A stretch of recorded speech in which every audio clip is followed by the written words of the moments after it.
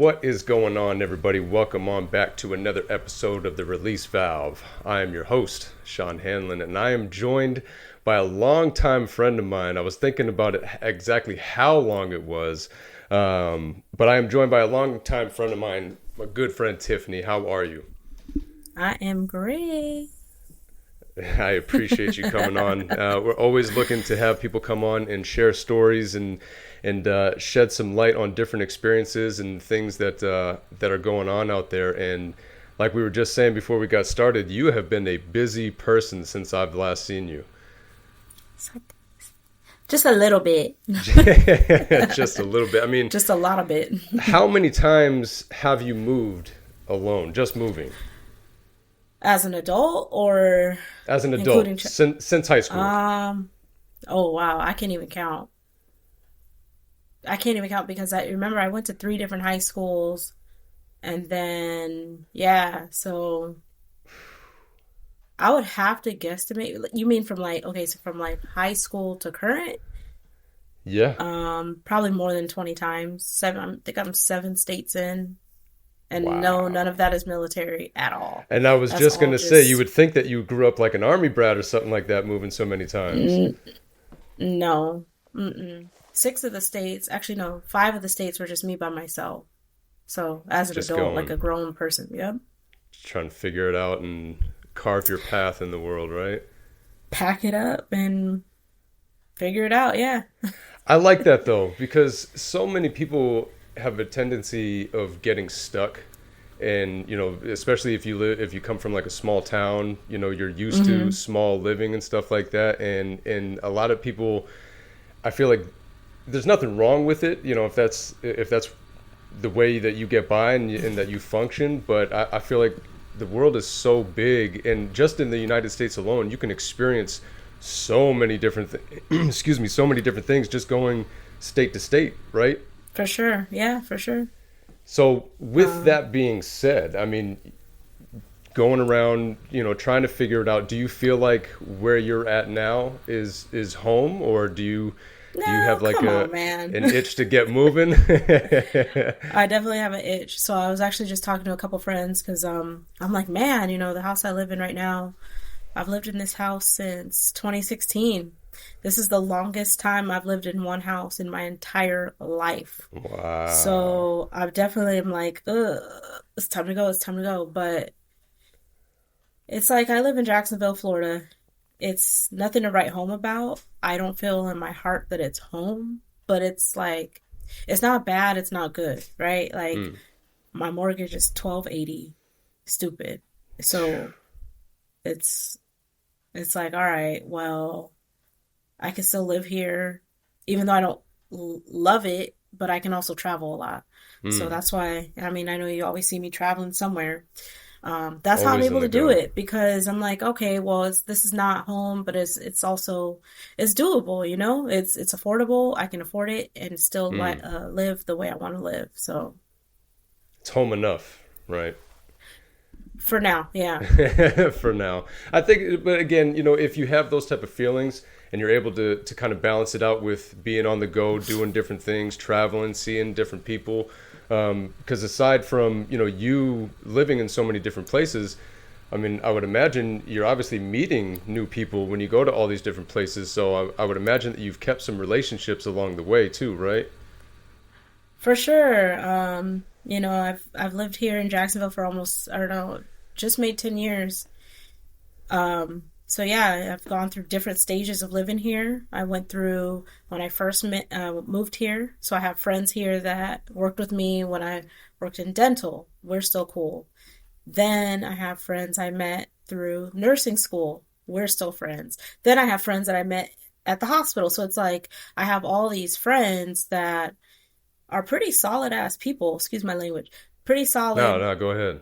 pretty solid people, and it's crazy. It's like, dang, like y'all like me like that? Like some of these people Right. have gone through the wire with me, have gone through the mud, and it's like that's crazy because it's think about high school. I'm still friends with, you know, Nicole and like so many people from high school, then another high school and then junior high school and college. And so it's crazy Right. to have the opportunity. to have, I don't want to just say friends, but good friends, solid friends that I can call and be like, I'm coming to town. And they'll be like, come through, you know? So Right, I'm right. always about trying to move around and meet people, meet good people. I love that. I love that. Have, I feel like I've changed so much of even who I am on the inside since I was in high school. And those are such like defining years, I feel like, for some reason. It's only a 4 year period, right, of our lives. In the grand scheme of Right. things, it's such a small window of time that we spend there, but we hang so much weight on those years, right? Obviously, it's very formidable years of when you're really growing and maturing and figuring things out.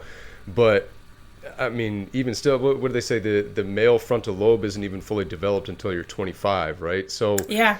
man, there's so 25, much 20. growth that comes after those years. But for some reason, Right. those years are so heavy for so many of us. And I mean, I had, not trying to, it sounds bad to say, I had a lot of friends in high school, but there wasn't exactly a lot of quality in that, right? There was a lot of Mm-hmm. quantity, but not a lot of quality. And a few of those have stuck around. I've had a few of them on the show before. Shout out to those fellas.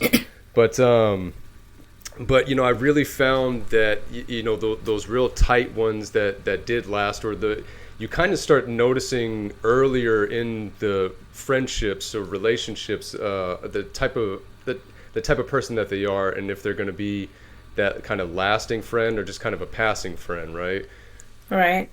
So For sure. I've been lucky enough that I've picked up on that, and I've definitely have been have lucky enough to meet some really, like you said, some just great people, genuine, and not even ones that, because I have a podcast that I can deep dive into every little, dissect every little meaning of life type of thing with them, but just to be able to have good times with good genuine conversations, and know that, no matter how much time goes in between that we see each other, we're still going to pick up right where we left off, Yeah. and it's almost as if like no time has gone by, right? Somehow you Right. got closer with these people without even seeing them.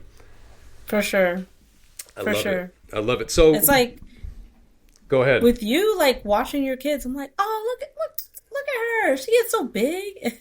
And other people from Right. high school, I'm just like, what's this little girl do? Look at her. Oh, she gonna get in trouble. You're like, wait a Yeah, you minute, feel I like don't you even know know them. these Yeah, kids. yeah, right. I have a couple friends that I've seen their kids in person, and I get excited, and they're looking at me like, who the hell is this guy? Who I'm are like, you? I have seen you grow up since you were nothing, type of thing. It's wild. I'm Right? with that being said, I am glad that we didn't have social media the way that we do now when we were younger. The Oh my amount of God. trouble that I would have gotten myself into, You don't man. remember my party? I remember hearing about the party. So okay, I can imagine, right? If all the cameras were, all the phones were out, and people were, I would have been in so much trouble. Oh my God. wild stuff. But I wanted to jump back when we said that, how many times you've moved, and it's almost as if you grew up as like an army brat, as they say. I hope that doesn't offend anybody by me saying that. But it's funny because recently you have made a pretty wild career move, I guess, a big decision at this point in your life. Why don't you open up about that a little bit? So I've always been the type of person, it's like, all right, things are kind of settled, steady, quiet. No. Let's just Now I let's get just pile it itchy, on. Let's antsy. get pile it on. This is too safe. Like let's just make it chaos. Right? Like let's keep it interesting. We need our heart rate up. So I went and I was like, you know what? I'm gonna join the Navy Reserve. Oh, at first actually, let me backtrack. So during COVID, that's when I came out of nursing school. And I was like, wait a minute. I could be doing this in the Navy and getting paid more and doing less work. I'm gonna be honest, that sounds awful, but that was a really difficult time. And I was like, Right. well, I could do active duty. So at the time I was married, he's a service member as well. He's active duty, a different service though, not the Navy. And we talked about it. I was like, what if I just went active duty? We talked about it, but then I was like, let me hold off. COVID happened, whatever. I got more experience as an ICU nurse, got my feet really grounded in being an ICU, cardiac ICU nurse. Hmm. So I revisited probably last November, December, I want to say. I was like, you know what? I'm a little bit older. I don't want to be tied down to active duty, having to move when they tell me, do what Hmm. they tell me to do, when they tell me to do it. Right. So I checked into the reserve side, and they were giving out a pretty good bonus, like stupid money. And I was like, and I only gotta show up one weekend out of the month and 2 weeks out the year for this money. Okay. And then, we're not at a true time of war. So Hmm. I'm like, all right, cool. Let's look into it. Started to look into it and started to learn about a lot of the things that could actually help me, both the civilian side as a nurse, achieve some of my leadership goals, and then also on the military side, achieve goals. So I was like, you know what, this might be a really good idea. It took about I just commissioned in April 14th of this year. So from November, December of last year till April 14th, almost every day I was working with my recruiter. Oh, I need this paperwork and that paperwork. Um, Even though it is one of the oldest organizations in the United States, there are still some challenges with paperwork and how computers and getting things accomplished in a timely fashion, I guess I should say. Hmm. Um, so we were working daily, and it's a long process to, at least for my role as a nurse. It's a long process. There's a lot of steps that you have to go through. But I did it, and I'm in there, and it's pretty crazy. It's crazy to see being treated as an officer. So I'm an officer, not I'm not enlisted. So being treated as an officer on the civilian side as a nurse. So I have drill Saturday and Sundays, 1 week in a month, and then I turn around and I go back to the civilian world as a nurse. Complete 180. It's like you get so much respect in the military side. Right. Everyone is, yes, ma'am. How can I help you, ma'am? And I'm literally like, I'm a peon. I'm the lowest on the. I'm just in Right. there. I have no time Entry served. level, yeah. Yeah, I'm not prior service. There's no. They're like these enlisted members that have been in so many years walk around, salute me, and I just feel like, oh, stop! Don't do Right. that. Well, I can imagine to them it means something that somebody's taking that extra step, and to kind of dive into their world a little bit and have a better understanding of the things that they go through, the things that they need, the things that they require, and the things that you're able to provide, right? So I'm sure people recognize that as they see you, and yeah, rightfully so. Respect deserved. Yeah, I mean, um, with that same notion, though, I think I, so even though I was not prior service, my ex-husband is active duty and he's enlisted. So I did learn a lot from the enlisted side Right. and the way that he would speak. And I kind of learned that the way I can compare it in the civilian world is, you have your nurse and then you have your CNA, right? You could be one of those nurses that treats the CNA like an older CNA that's been doing this for 20 years. You could treat a CNA that's, I'm the nurse, you do what I say, right? You could do that. You could, right? Right.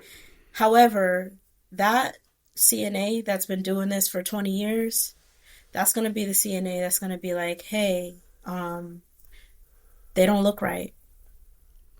Something's wrong. Mm. And being able to understand, to be humble, that your credentials don't mean much when it comes down to getting the job done. So that can Sure. correlate in the military world. Yes, I'm an officer. However, I don't have even a year in. Why would I sit there and treat an enlisted member with 10, 15 years like crap Mm. solely because of credentials?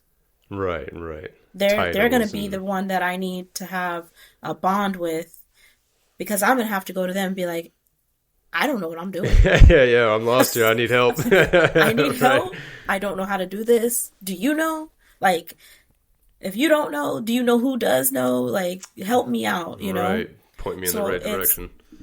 I feel that being a nurse was able to humble me a lot to be able to respect those that, yeah, we don't have the same credentials, but you've been doing this, even though it's not the same job, you have a little bit of a better understanding of what's going on than I do. Mm. And it's never a bad thing to be like, hey, help me. I don't know. Right, right. Humble pie tastes a lot less bitter if you can eat it willingly, right? Instead For of sure. being Yeah, forced in that for position. sure. Now, I think that's a great quality to have just overall in life, you know, and it sounds like becoming a nurse just kind of sets you up for success in that regard and sets you down the right path for when you did ultimately get into the position that you're in now. Now, becoming a nurse, what started that for you? Was that something that you knew for a long time you were going to do, you wanted to do, or was that just another let me try this and see what happens? No, so I mean, growing up, I didn't always have the best guidance, I should say, you know, from family. It wasn't the best guidance, not the best suggestions, but I always knew that I liked healthcare. Hmm. So, then you become an adult and then you don't have your parents anymore and you're like, I just have to work to pay my bills, you know? Right. So your ability to kind of explore dreams and aspirations kind of get put on the back burner because Got to life grow is up. lifing. Yeah, Yeah, life is yeah. life and life is going on. So I was working in dental. I worked in dental for about, I think, 13 to 15 years Wow. before going to nursing school. And there was an incident at work that happened where my manager literally lied on me.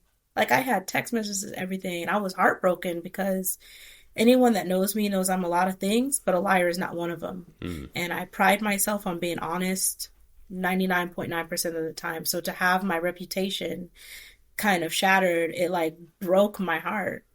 So I called my husband at the time and I told him what happened and he was like, F that, walk out right now. Actually, we were boyfriend and girlfriend. We weren't even engaged. He was like, F that, walk out. You ain't no liar. Like, forget these people. Like, leave right now. Pack your stuff and leave. And I was like, no, man, because I still like, I need to get my teeth cleaned. These are the only things I trust. I can't just like walk I got out. good benefits here, right? I'm trying to Yeah, take no, advantage like of. I like the dentist, I like the doctors, and I trust them to clean my teeth. I can't just walk out. Like that was literally the only reason why I didn't walk out. Mm. So we had a conversation that night when I got home. He was like, "What do you want to do?" And I was like, "I want to go to nursing school." He was like, "All right, bet. Put in your notice, however long you think you need." I gave him a month's notice, and then I full throttle. I went through an accelerated program for my bachelor's at it's a private institution, and I Okay. just balls to the wall. Like I think when you're a little bit older and you have done so many things, and then to have the opportunity to do something that you actually want to do, Yeah. I was balls to the wall. That's all I saw. Nothing else mattered to me. Yeah. Like nothing else mattered. There was times in my marriage I was like, I will divorce you, but I'm finishing school. I don't care. Right. Just headstrong, focused, went through it. It was not easy. It was probably the most difficult thing that I've ever done as far as education wise. Because again, it was accelerated. So we never had we had, I think, 3 weeks of vacation in a year. We had like 1 week for spring break, one for summer, and then two for Christmas and New Year. Wow. So we had 4 weeks, 4 weeks in a year of break. Other than that, you finished a class. If you finished the class on Friday, you probably had a test on your new class on Monday. Wow. It was no joke. So it was Yeah. like I finished.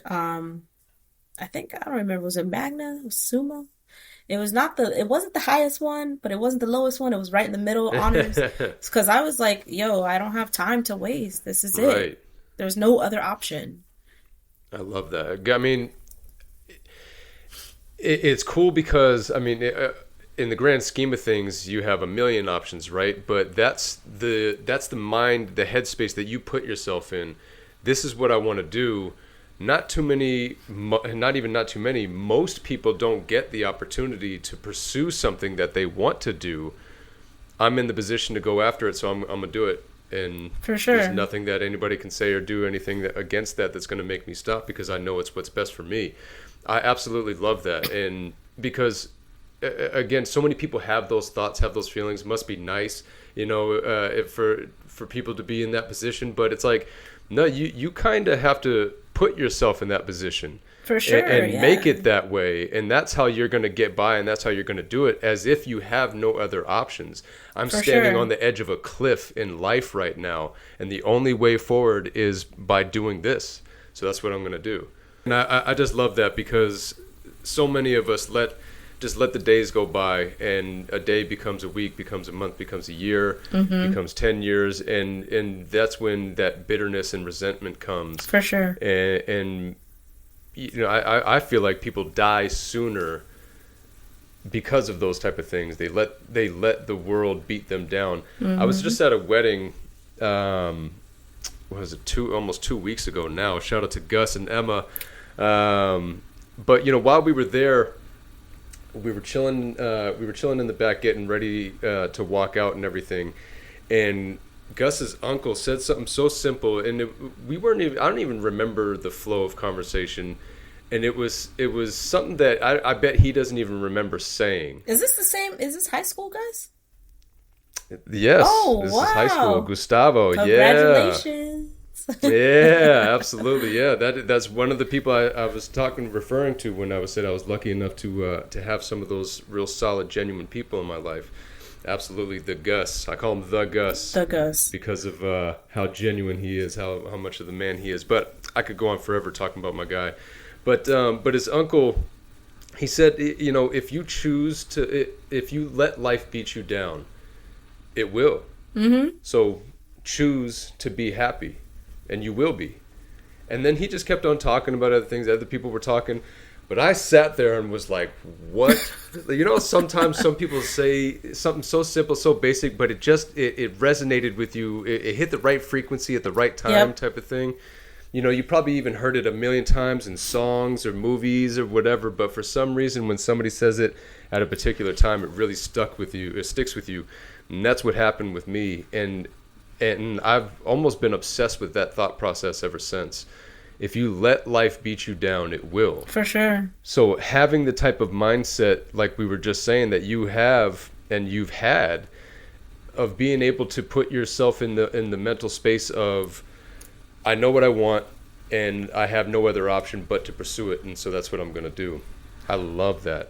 Man, the crazy part is, I've never really been the type to brag about myself. But you talk about me, I'm nothing. Some of these people that I went to school with, because again, it's an accelerated program and it's kind of geared towards older people. Okay. The average demographic was female from the age of, I'm going to say like 27 up to 50, 55-ish in nursing school. Okay. So Wow. from that age range in my study group, actually we got matching tattoos that because we down for life. We made it out. Nice. Like we're gang affiliated nursing school gang. Right. But some of Gang, these, gang. yeah, like some of these people, you go through this program, and it took me about a little bit over 3 years. It's a bachelor's degree.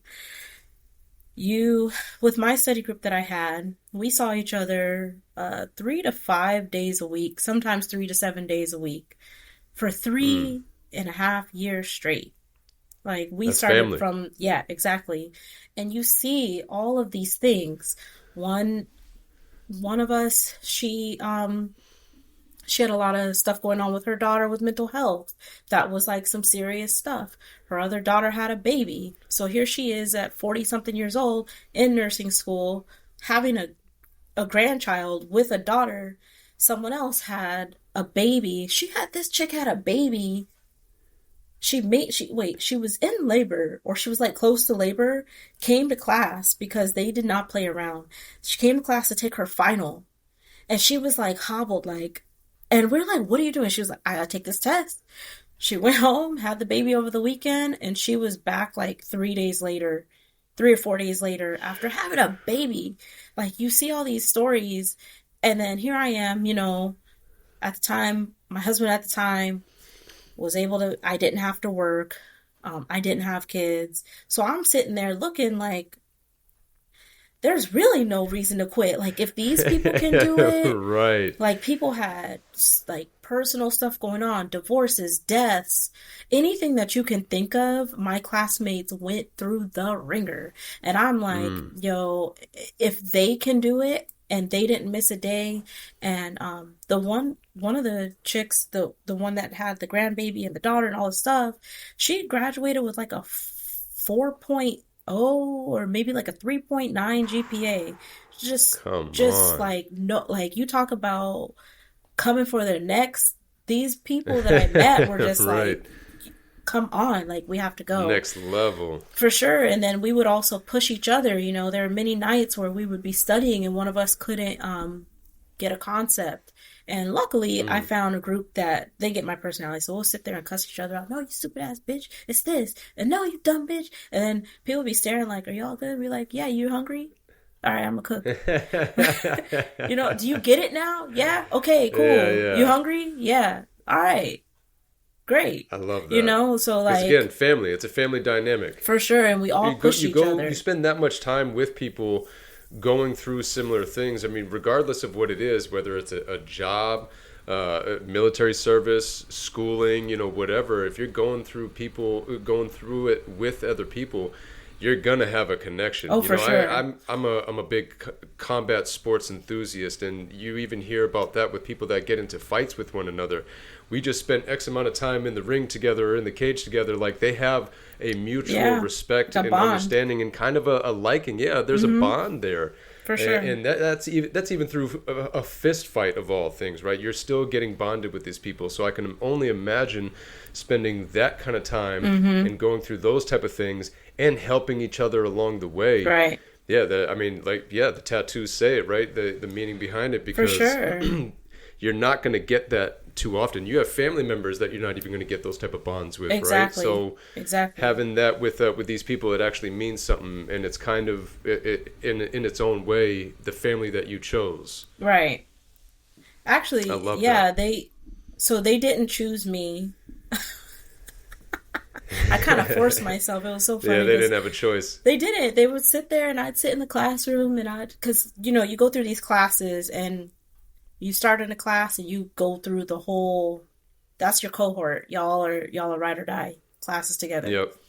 So I would sit there and I just kind of observe. I always like to watch people. So I just be like, okay, who's asking what? Because I know my stuff, right? So I'm like, Mm. who's asking what questions that kind of delve deeper? Like, who is on time? Who I just observed.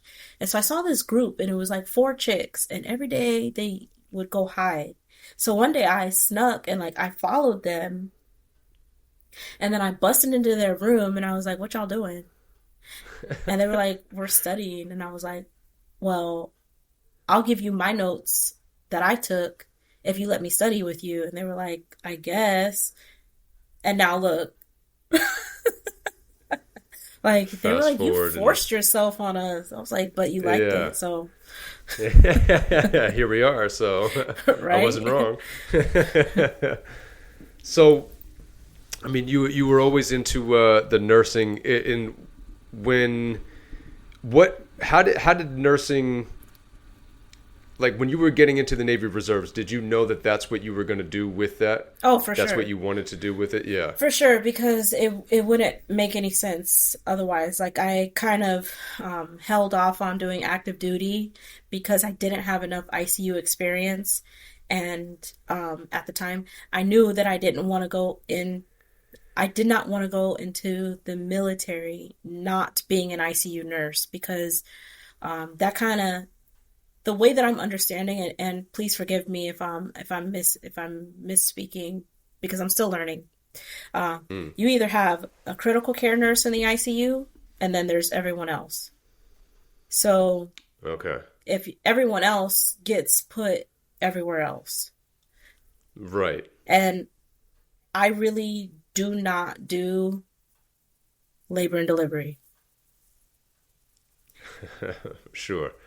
Can't do it. Won't do it. So I was like, all right, let me get my feet wet. And um, yeah, it wouldn't really make any sense to do anything other than nursing with having that background because, Mm. again, there's a lot of things on the military side, like certificates and everything that you need to get from the military that transfer to the civilian world.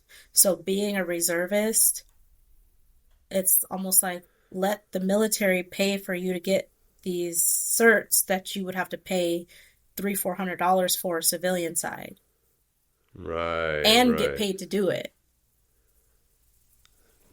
Win-win. Right. So If you're looking to do it anyways, might as well get more money and for better sure. training or schooling for it, right? Yeah, and then one of the goals that I really have set forward for myself is to go back to school for CRNA, which is a certified registered nurse anesthetist.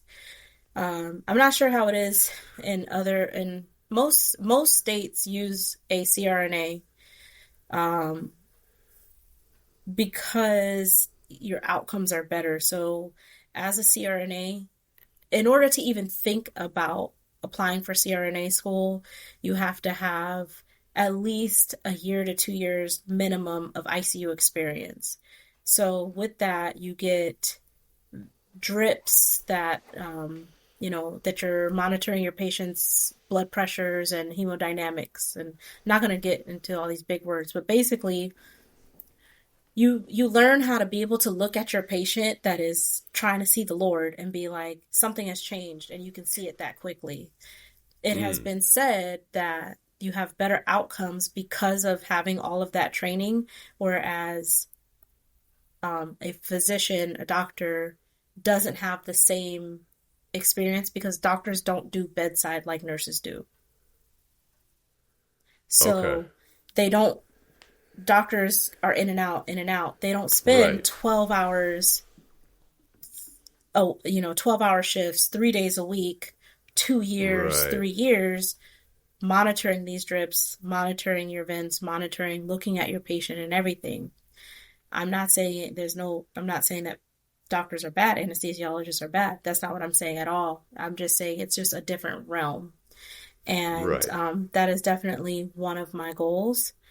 And a huge reason why I joined the Navy as a reservist because it leads opportunity to have them assist, if not pay for all of schooling. And Mm. if not, at least then you get a lot of experience having both military side and civilian side to make yourself a better candidate for a very competitive program. Right, right. Now, is this something, being a reservist, is this something, is there like a minimum time period that you can do this, or is this something like you could stop at any time and, whenever you want and it's all good, or now you're in it and you're in it for life type of thing? How does that work? Yeah, so that's a great question. I took my bonus, which anybody would. And when you take a bonus being a reservist, you are on a contract. However, Hmm. you get paid out every year. So you get your first payment.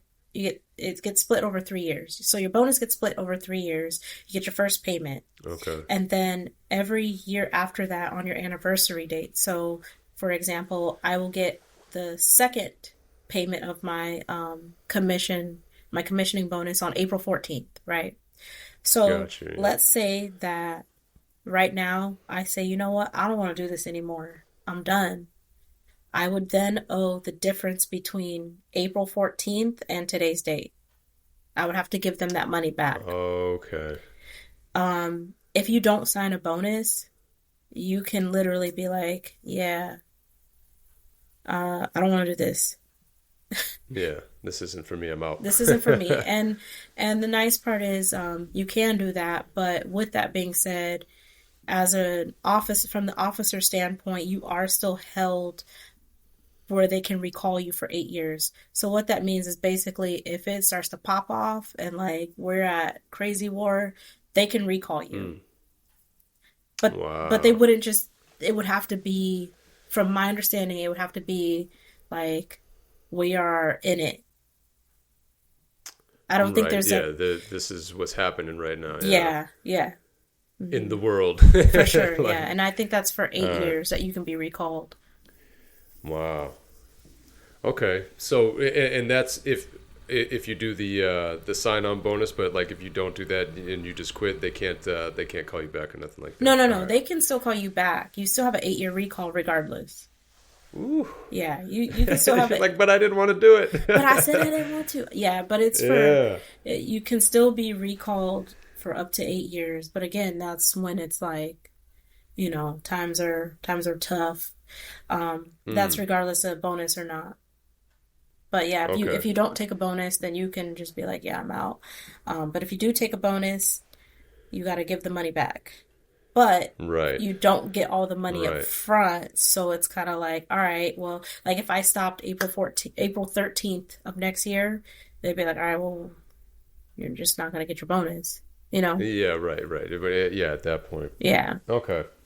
So, what is? I mean, you kind of went over the what the process was for joining, but what exactly did that look like? You just went on Google, typed in Navy reserves, and just started clicking away. Like, how did that go? No, that is not how that went. It was not an easy process. I do want to say though, it is very so it's different for different people. So like I had to go through a health recruiter, a healthcare recruiter, or health services recruiter. Okay. So there are not very many of those. I don't know what it's like for other people. Like I don't know if you're a lawyer or if you have your bachelor's and you're just like you can go in with your bachelor's and say I don't know what I want to do. Show me Mm. what you got, and I think that's an easier process.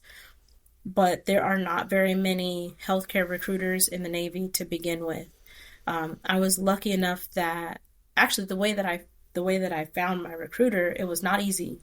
Um, my best friend, the one that's in Monterey, she's also in the Mm-hmm. Navy, but she's been obviously a lot longer than I have. So I was like, hey, help me out. I cannot find a recruiter to save my life. You go on the Navy website, you fill out the little paperwork. No one ever called me. To this day, no one has ever called me from that thing. And Really? I filled out paperwork more than once. Not Wow. paperwork, but filled out the little thing online more than once. Yeah. So what she did was she posted in like an officer Facebook group or something.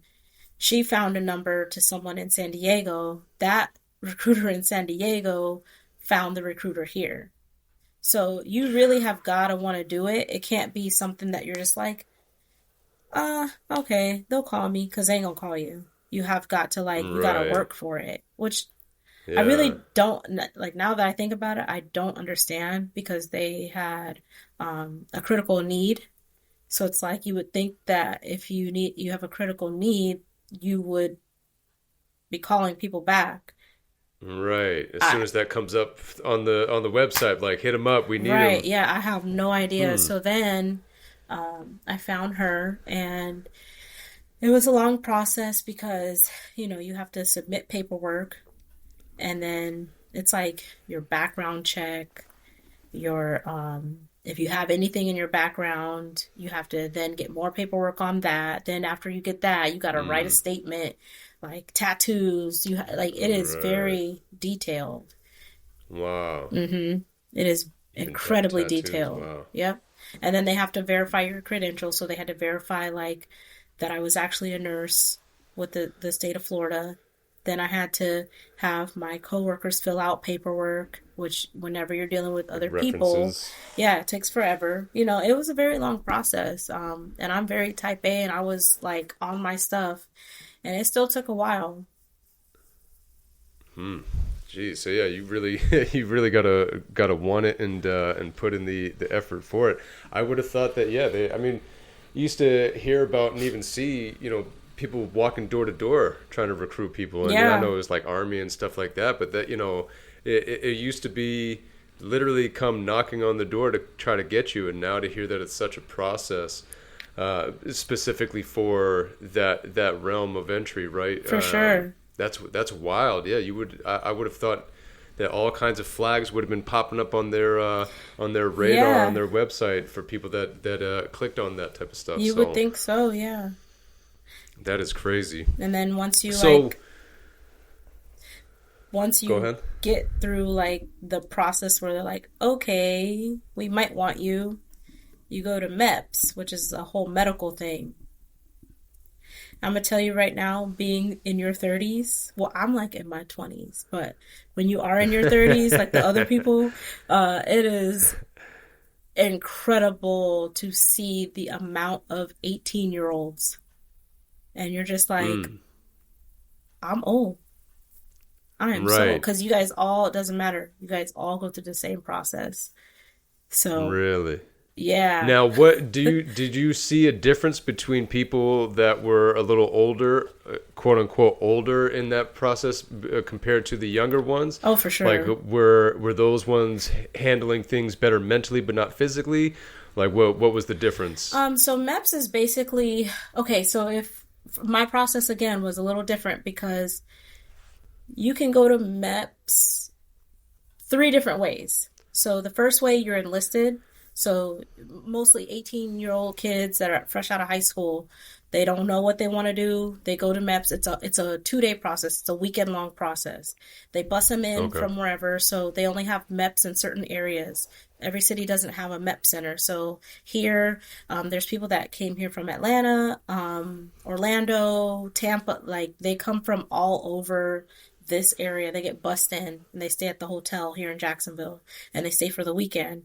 They spend 1 day doing testing, and then the next day they do all their medical stuff, or it might be the other way. I really don't know. So that's one way. The second way is if you have your bachelor's degree, and so you're going in as an officer. I'm not I don't think you still have to take a test, but I do think you get to pick a job, and I don't think the process is a whole weekend long like with enlisted, the young 18-year-olds. The third way is how I did it, where I have my bachelor's and I already knew my job. I literally just went for my medical part. So my process wasn't grueling. I went there, I got there at 6 and I left at 12. Oh, wow. Yeah, because especially being a female, there's not that many females that join the military. So you get seen by a female provider when you're doing your medical part. And for me, I was just like, here I am, ready. Okay, cool. Actually, the lady was like, she turned around, she was like, oh, you already took your clothes off. I was like, was I not? I don't know. What am I supposed to do? I don't know. Oh, sorry. Is that not this room? No, it was right. She was just like, yeah, most everyone doesn't do that. I was like, you got what I got. She's like, yeah, I wish everyone was like you. But yeah, so it was crazy because these kids, man, and I say kids because they're literally kids. You look at them and you just hear them talking. I mean, it had to be about 200 kids. And maybe out of all the 200, there was maybe 5 of us that were over the age of 20. So for us, it was kind of grueling because we're just like, come on, bro, get it together. But yeah, some of these kids are just like, they don't want to show nothing. They're like, oh my gosh. And the older people were like, listen, what do you need me to do? I'm not here for this. Let's just, I'll never see these people again. I don't care. You want to see me, you have to do this duck walk where you have to get down on your, kind of like walk like a duck, but you're in your underwear. I'm like, whatever, let's go. Come on. So people's egos were getting in the way more than anything, right? Yeah. I know that was my issue when I was that age. I had a huge ego problem, and nobody could tell me anything back then, and I definitely wasn't trying to do anything that I felt would make me look foolish or silly or anything like that. It was bad. But you're right. Nowadays, like, let's go. Especially as a parent, as a dad, as a husband, Like I got I got other things that I'm Like, this worried is about. not even I'm not worried about looking stupid. right. You know. Yeah, it was bad though. I mean, there was this one incident. It was actually kind of it broke my heart a little bit, because you could tell this kid came from just the whole encounter that happened. You could tell that he came from just you could tell he wanted to do better, but he just couldn't let go. So he's standing there Mm, and he's talking to an older, retired um, service member. I don't remember what the person was, but he was retired. Like he had done his 20 or 30 years in the military and now he's working as a civilian contractor, right? That's respect right. given just from that. And he Right. was very respectful to this boy. This boy was 18 years old, and I don't remember what he asked him to do. He asked him to do something very just respectfully. He's like, "Hey, can you please da da da da?" Dude was like, "Who the fuck you talking to?" And I was just like, "Oh." And the guy was like, "Yo, you're gonna have a really bad day. I'm just asking you to please X, Y, and Z. I'm not Yeah. playing this game with you. And he just like, no. So it was just, I was like, man, like, you obviously wanted to join the military to get out of whatever you were at. And you noticed enough, you were smart enough to know that whatever you were doing or wherever you came from isn't it. But here you Right. just blew your entire opportunity because you could just not let go. Like, he could not, it just looked like because it was another man, like he probably came from somewhere where a man don't ask another man. He probably took it as a man trying to challenge him, but really it's Right. like Alpha. yeah, the man is just like, yo, I just need you to do this so we can get through the day. And it was just sad because it's like, man, you're done. You don't get another chance. That stuff gets Right. documented. You are unpredictable, you know. Someone like that trying to defend and carry guns and weapons, you're unpredictable. That's not like Right. no. I can't trust So you to be there for my brothers and sisters when shit hits the exactly. fan. So yeah, if you're getting upset about this, how are you going to be out there when shit's really going For on? You know what I sure. mean? If I'm telling Yeah. you to watch my back, you're going to turn around and be like, no, you Who you watch talk? my back Yeah, type thing. Like, come yeah, on, get out of here, exactly. man. So Yeah, it was egos, sad, man. It and was I so talk about that a sad. lot. Yeah, it's, and I'm assuming he was a younger male, Oh, for right? sure. He was 18. Yeah, He was yeah. 18 years old. Okay, yeah. So yeah, exactly. Same thing. When I was 18, 19, I felt like, and I've talked about this before, I felt like people looked at me a certain way. So I had to uphold that image that I felt that people, the light that people saw me in. Mm-hmm. And if somebody was not looking at me from the right angle, I had to let them know, type of thing. And it's like, no, why? Who are you? What have you even done with your life For that sure. anybody should respect you on anything that you're doing For right now? You have sure. done nothing. That's why you're, especially in this situation, right? That's why you're here, is to Mm-hmm. do something with yourself, is to break away from all that extra bullshit. Like you said, you Yeah. clearly came here for a reason, and now you're not going to what do you think, like, your boys are going to be, when you go back and see them, they're going to be like, yeah, man, you let them know. Mm-hmm. Like, and now you're back with us. Right. Happy you're back, bro. Like, let's go sell these drugs, or like, what Right. do we, Yeah. like, For sure. nobody's gonna look at that type of thing and give you the respect that you feel like you deserve. And because again, if you have that type of mindset, you're probably not doing anything that deserves respect, For because the sure. people that are doing things that deserve respect, they kind of shy away from that type of stuff. They're Mm-hmm. not looking to get the light shined on them for that type of thing. They're just doing what they need to do, and they're doing that because it's the right thing, and not because it's going to get them more popularity, or whatever the case Right. is, more street cred, or anything like that. So yeah, it sucks, and I feel like I'm lucky that I didn't have anything in my life. Like, I never had that type of crossroad in my life, Mm-hmm. because I feel like I would have failed miserably. So I'm lucky that I didn't get put in that position, that I was able to kind of side skirt that and still be able to kind of take those life lessons along with me, and not have it be over, doing something stupid For and then sure. having doors shut and slammed, and now I've ruined certain aspects of my future. Um, Speaking of being older and getting into, Who's this older? whole thing. You? Older than the 18-year-olds Oh, okay, because you ain't talking that about me. enlisted, I'm right? not older. No. I am a Not spring old. chicken. Older. I'm a Yeah, young right. spring Still chicken. spry.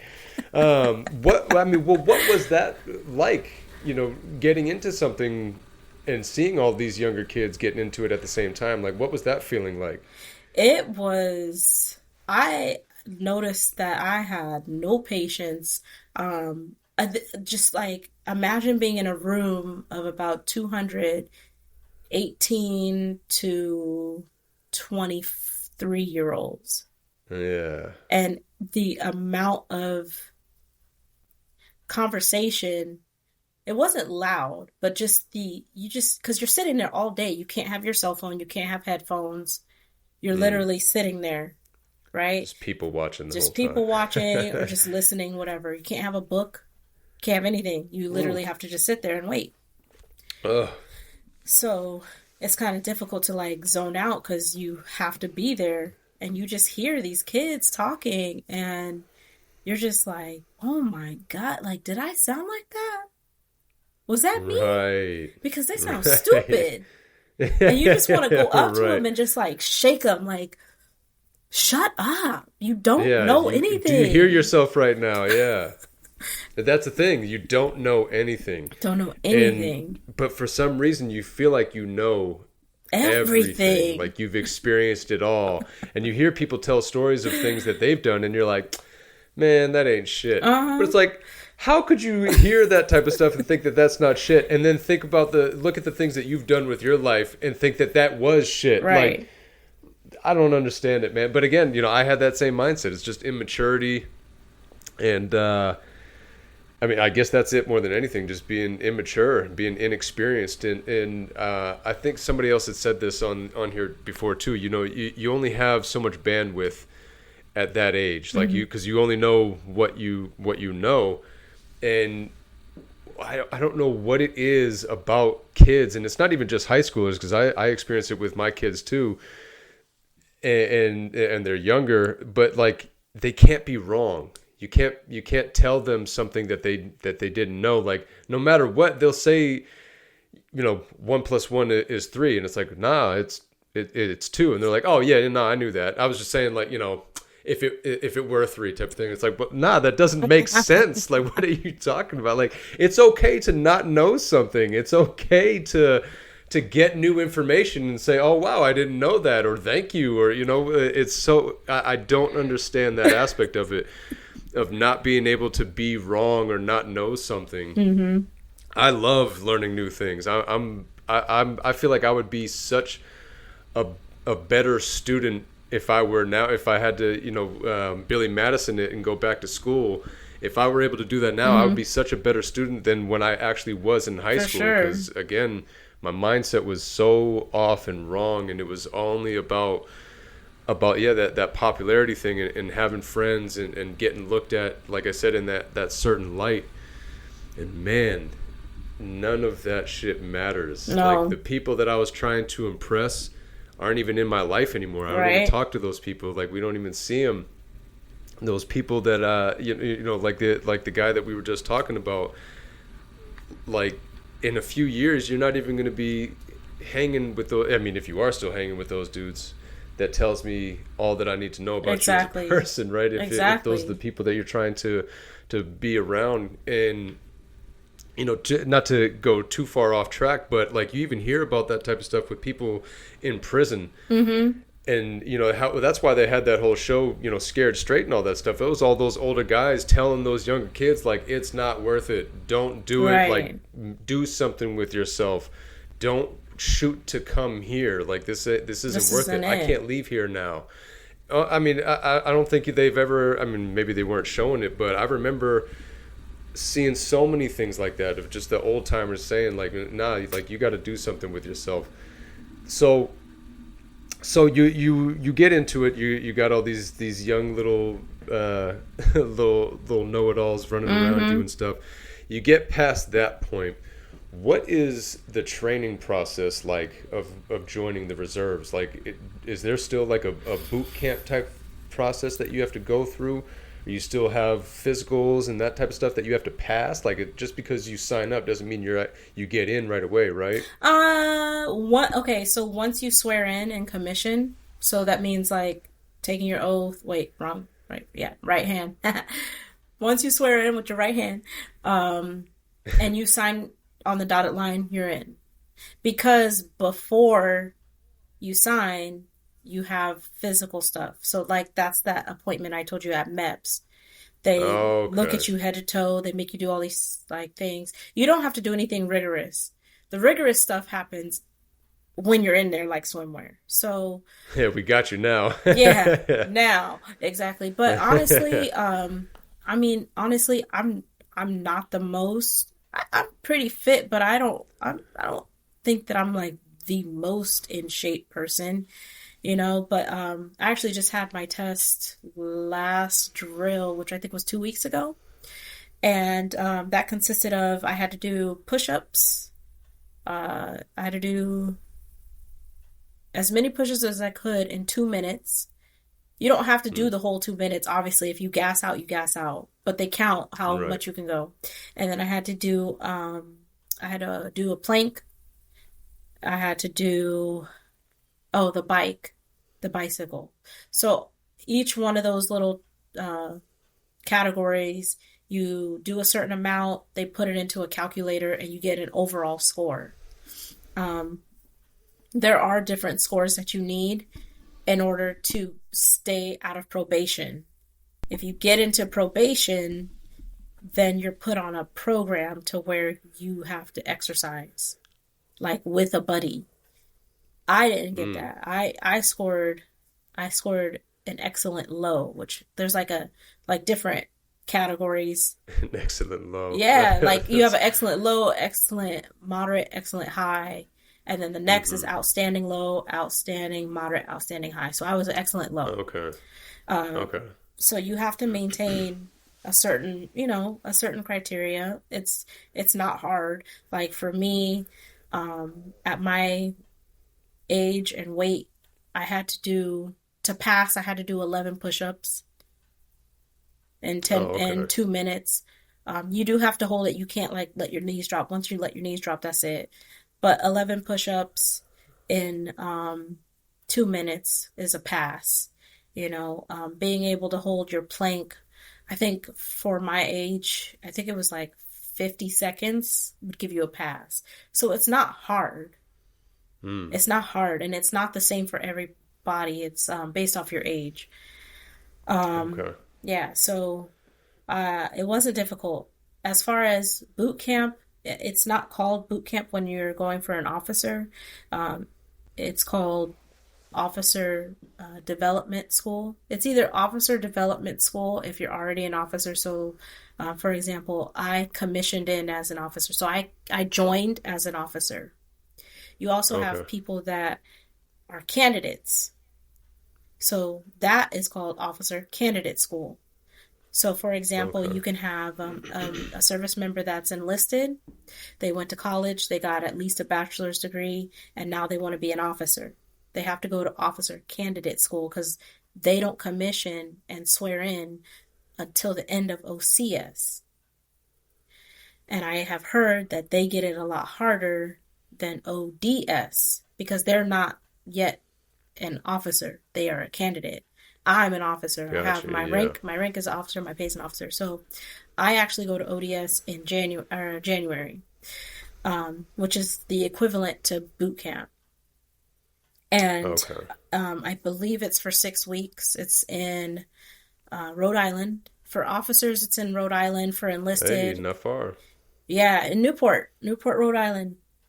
Okay. I'll be there from January 12th, 6 weeks. I'm so excited. Can't come soon enough, I bet. Yeah, the snow. I'm so excited for that. Living in Florida for 10 years, I cannot wait for that snow. Yes. Yeah, yeah. No, but It's something different. I'm not East excited. Coast snow is different than that Northern California I'm snow not that some excited. people I'm like to not claim. excited at all, but you got to do it. So yeah, so you go through that and from what I've heard, it's a lot different than enlisted, and it's a lot different than OCS. Um, but yeah, during that time, you do drills, and yeah, I've seen videos. A few friends of mine that are also nurses in the reserve told me about how, what to expect.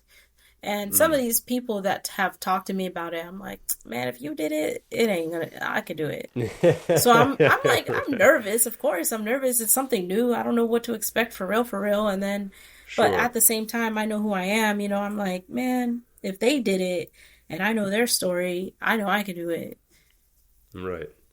And I'm here to do it, so I gotta get past this in order to do it, right? I just got to So get a jacket. yeah, right. So like Cat Williams said, you gotta get a jacket from here. Right. Yeah, exactly. From here. Right. I think he was talking about Chicago though, but so all right, so you got that coming up. After that, like, what's the plan? What's the future plan? Are you in this for the long haul? Are you looking to do, make a career out of this, or is this something that you're just dabbing your feet in to get that experience, to get that schooling, that pay, and then you're looking to get back into the nursing world, or what's going on? I think that it would be something long term. It's fitting right now. It's not anything that has, of course, there's frustrations, there's challenges that are present and will continue to be present. Like life is all about challenges and overcoming them, right? Like that's how we move forward. Right. I love that. However, there has been so much that I've gone through my life that I don't know if this is a bad way of thinking, but I really don't think that there's not much I can't do, you know, with exception. If you're talking about physical stuff, of course, like, let's be real. But if we're Right. talking about You're not going to be able to fly, Tiffany, exactly, without I can't do that. without flying a plane. Exactly. I can't lift a car, No, but Right. as far as resiliency, if you want a picture of resiliency, I feel that that should be something that is in my DNA and in my blood. So I'm not too nervous about it, about being able to complete it. Nervous about going there and the experience, but I know I'm gonna show up. I have my personality. If I don't know nothing else, I know how to be like, I don't know, man. I tried. You're gonna Yeah. fire me? What are you gonna do? I don't know. Like, Yeah. What's the next move? I don't know. I'm just trying I my like that. best. That's beautiful because I mean that means that sticks out a lot to me. Maybe because I am a father of a daughter, and I would love for her to have that same type of go-getter attitude, and like we were talking about, having the mindset of being able to put yourself into a mental space in order to get things done, because it's what's best for you. It's no it's what you want. And I love that. And I encourage as many, not just women, but everybody, men too, to get out there and to pursue the things that set your soul on fire, because life is way too short for us to just be sitting back watching it go by, watching other people do things and saying it must be nice. Oh, they had it easy because of this, because of that. There is always something that you are able to do, capable of doing. Maybe it's not the thing that you saw yourself doing when you were a little kid, but like yourself, you're kind of picking up these things as you go along. You're seeing certain things and you're like, I like that, I want to do that, I'm gonna do that, and then you go forward with it. Having the type of mindset to even just be able to observe things in that light, and to seek opportunities that are out there and not just wait for them to come to you. I know I did that for a long time period too. Just kind of wasted my life waiting for my big opportunity to come. There was a time period I thought I was going to be an actor. Somebody is going to notice me when I'm being silly with my friends at this, Carl's Jr. or something, where I'm acting up, and it's like, you're not doing anything, man. Are you taking classes? Right. Enlisting in plays, or are you doing different things to get the type of experience that you need in order to be successful at the thing that you're looking to do? No. Right. And there was so many other things like that too. I wanted to be a basketball player. I was waiting for that agent to come in the gym, that scout or something like that to come in the gym and discover me. I wanted to be a mixed martial artist. I was waiting for somebody to just notice that I was a tough guy or something like that, and they invite me to their gym type of thing.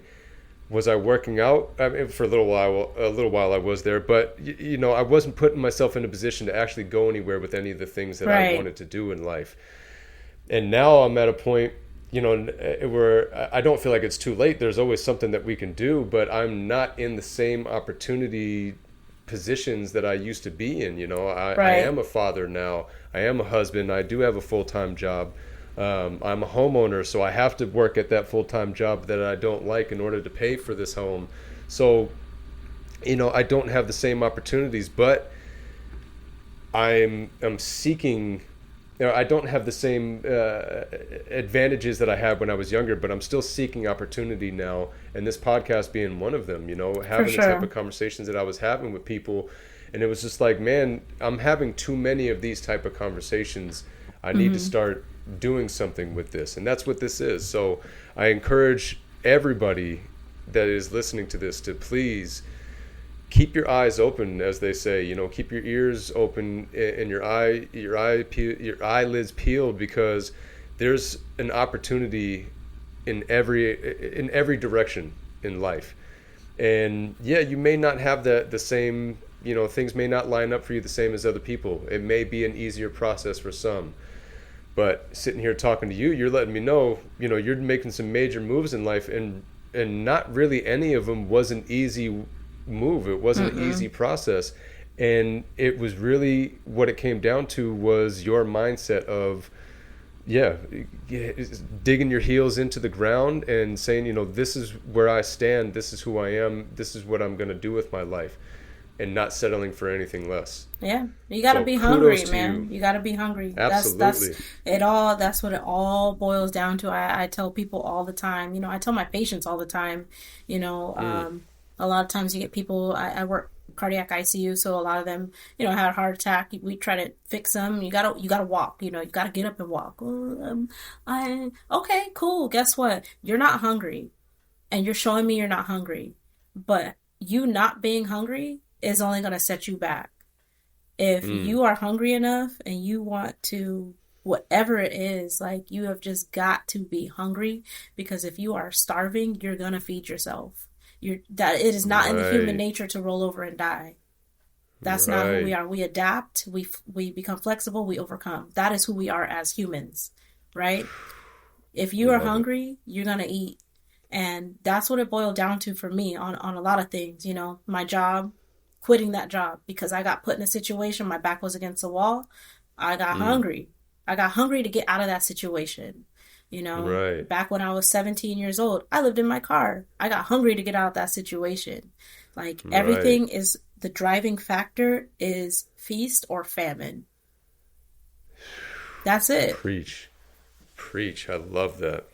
And man, I feel like the people that have gone through the most and have hit, the quote unquote rock bottoms of life have that type of understanding, right? It's the ones that haven't really experienced too much or haven't really had those type of hardships that they just don't have the understanding of how bad things can actually get. For sure. If you let them get to that position. I mean, you obviously, not to dive too deep into it, but you being 17 years old living in your car, that's not the same as somebody being 27, 37, you know what I mean? But you were still, without all of that extra experience of somebody being of those ages, you were still in that situation, and you had to get yourself out. And again, talking about having to grow up quick, I can only imagine what that was like. I had a similar experience when I was a couple years older than 17, and I know what that was like for me. And it wasn't easy, but again, going through that type of an experience, it put that hunger in me, like you said, and I almost kind of made a deal with myself that I was never gonna be that hungry ever again. And here I am. Have things have I gotten myself to the point that I want to be in life? In some ways, yes. In a lot of ways, in a lot of other ways, no. But I've never been that hungry ever since then. I've never Same. been starving like that. So Nope. it's Never. there's something to be said when you do go through that. But Tiffany, I cannot thank you enough for coming on here and opening up and talking about this type of stuff. Because again, I mean, you shed some light on a few things that I didn't even know and I didn't understand. And I did a little bit of research. I looked into this a little bit. I really appreciate you coming on and talking about this. For You have sure. done so much since I've last seen you, and we haven't even touched base on half of the things that you've done. I but know, right? some of these major ones that these major decisions that you've made at the stage in life that you're in, I just applaud you, congratulate you, and give you kudos, because again, there's so many people twice your age that aren't able to make the moves because for whatever reason, right? You know, one reason or another, they're For not sure. able to do it. So again, being a father of a daughter, those are the qualities that I want her to have as she gets older, is to be a headstrong, independent woman that knows what she wants and isn't afraid to go after and get it no matter what. Yeah, I really appreciate it. Like I'm proud of you too, man. You know, seeing you grow Thank up you. from what was it, seventh grade to now, I'm like, man, I'm so proud of you. I'm proud of I like all appreciate of it. us, you know, a lot of us that just it's crazy 100%. seeing that. There's a You few know? people, quite a few people that, from that neck of the woods that have made some pretty cool moves in life and have grown and are beautiful people. And so, yeah, definitely shout out to the Bay Area folk of the 2004 era. Hey, But oh, faux show. no, again, Tiffany, thank you so much for coming on. I Yeah, thank you appreciate for it. having me. It's been great. And we'll have to do this again sometime, maybe after your not boot camp, and see how that ODS, goes. ODS. See ODS. Thank you. I couldn't remember the name. And see how that went for you. See how you survived it. Yeah, I'll come back and But- I'll be like emaciated. Sean, don't do it. Don't do it. Don't tell everybody. Don't do it. No. Again, thank you so much for coming on. Thank you everybody for listening, and we'll see you next time.